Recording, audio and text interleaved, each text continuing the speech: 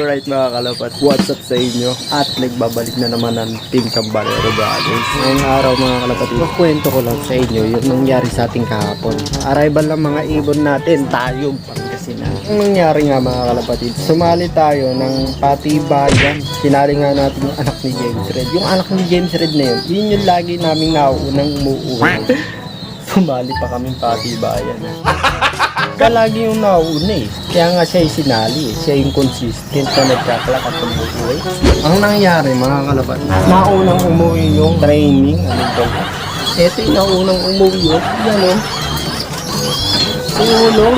Taas pa ng speed sana niya. Medyo hard race din kahapon at makulimlim. Abang ako lang abang mga kalapatid sa sinali natin na anak ni James Red. Sabay talagang nangyayari yun mga kalapatid. Pag inistikiran talagang nalilate. Hindi ko na-expect na magiging ganun yung uwi niya. Hapon na mo hindi na na-scratch yung kanyang sticker mga kalapatid. Grabe ka. Yung ginawa mo, sinayang mo. Nangyari na naman mga kalapatid sa hindi nating inaasahan. Cut off mga kalapatid. Unang sticker ng kalapati natin.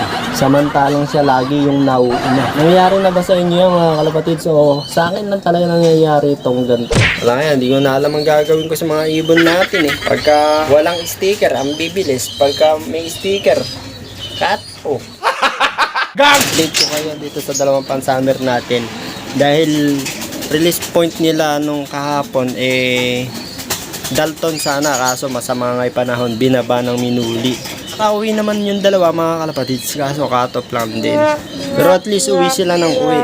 Training pa lang naman eh. Pagka nasanay na yan, sigurado dire-diretso na. So ito yung arrival ng mga ibon natin kahapon mga kalapatids. Panoorin nyo, kayo na humusga.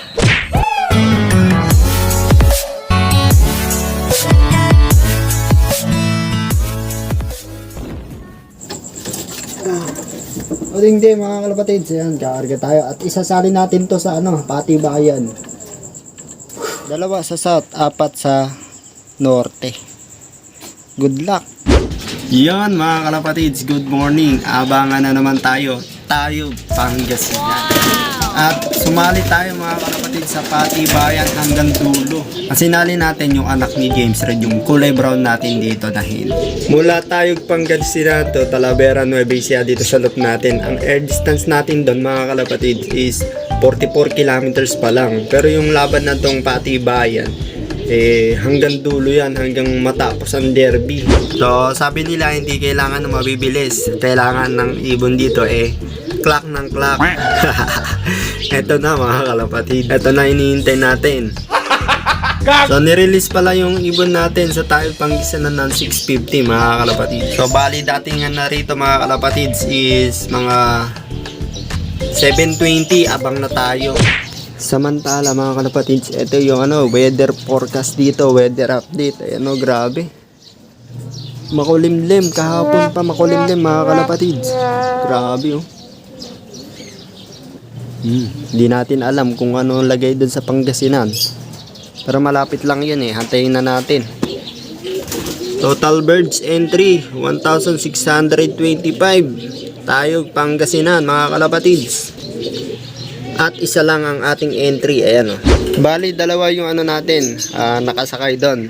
Yung isa training lang, si Uno. At doon sa kabilang club naman mga kalapatids, Dalton ang release. Dalawang young bird natin na pang summer, sana makauwi dahil bundok doon at masama nga'y panahon.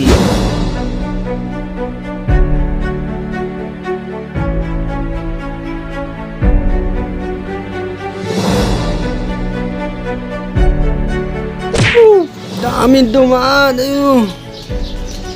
Time check 7:20, 7:23, 1-2 na lang speedan dito. Ayun, napakaraming dumadaan dito talaga Meron ng isang nag-clock, lupaw.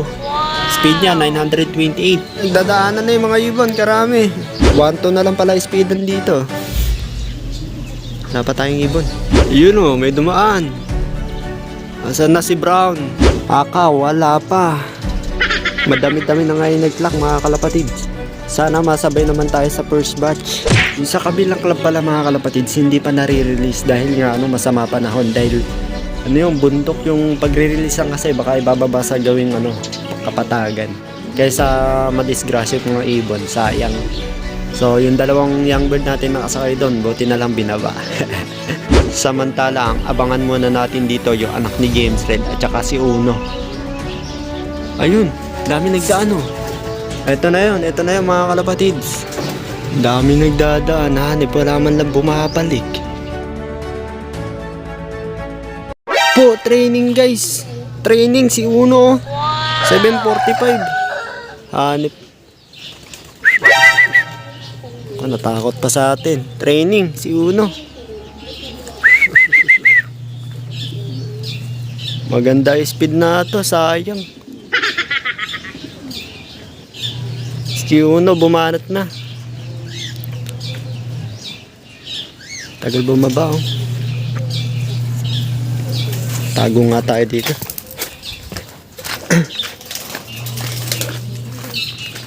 Bumanat na si Uno. Opo. Pasok. First bird. Aga na to. Pumasok ka na't mamaya baka dumating. Meron na tayong ibon, isa. Training. Buisit.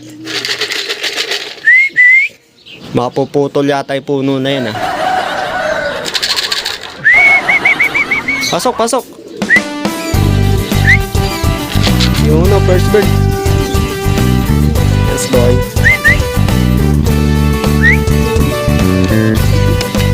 Good boy.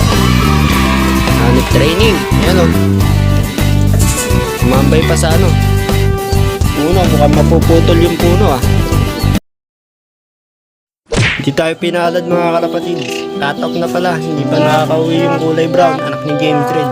Yung ibon na yun, kaya ako sinali siya lagi nauna. Hindi ko nga lang sinasali sa pooling. Nagpalaro ng patibayan. So excited ako kagabi. Siya yung sinali ko. Yung lagi nakakatop, siya yung nag-clock na yun. Lagi na lang dulo. Tapos lang natin kumain mga kalapatid. Sintayin naman natin yung dalawang young bird natin ng summer. Minuli ang release point. Dalton nga sana yung kaso nga makalimlim at masama panahon sa Dalton kaya binaba. Nandito na yung isa. Blue bar. Pagod na pagod. Ayan Smash race doon sa pinagtosan. Pasok. Yung slate wala pa. Galit tong minuli mga kalapatids. Yung ito taas. Pasok. Yan paano siya.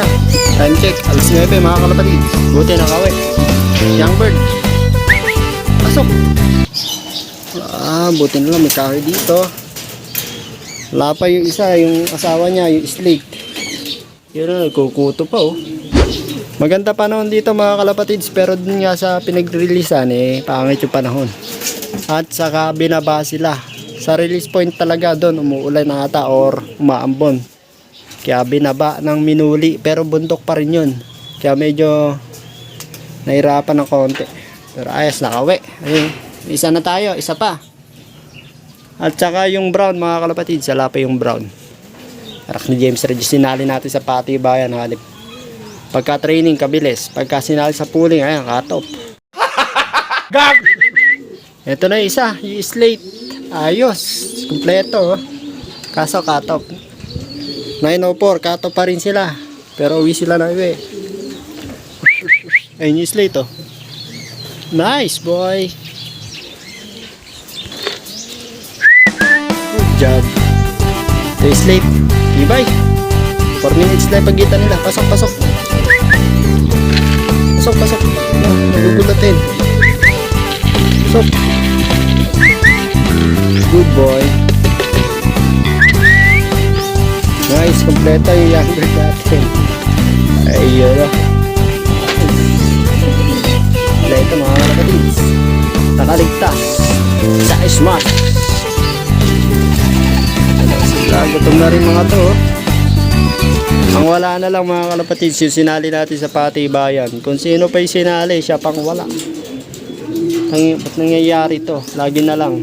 So yun mga kalapatid, tapos na yung malungkot nating aabangan. Magabi kasi natin mag-load kasi nasasali tayo sa patibayan. Masaya tayo dahil Hindi kailangan ng mabilis na ibon.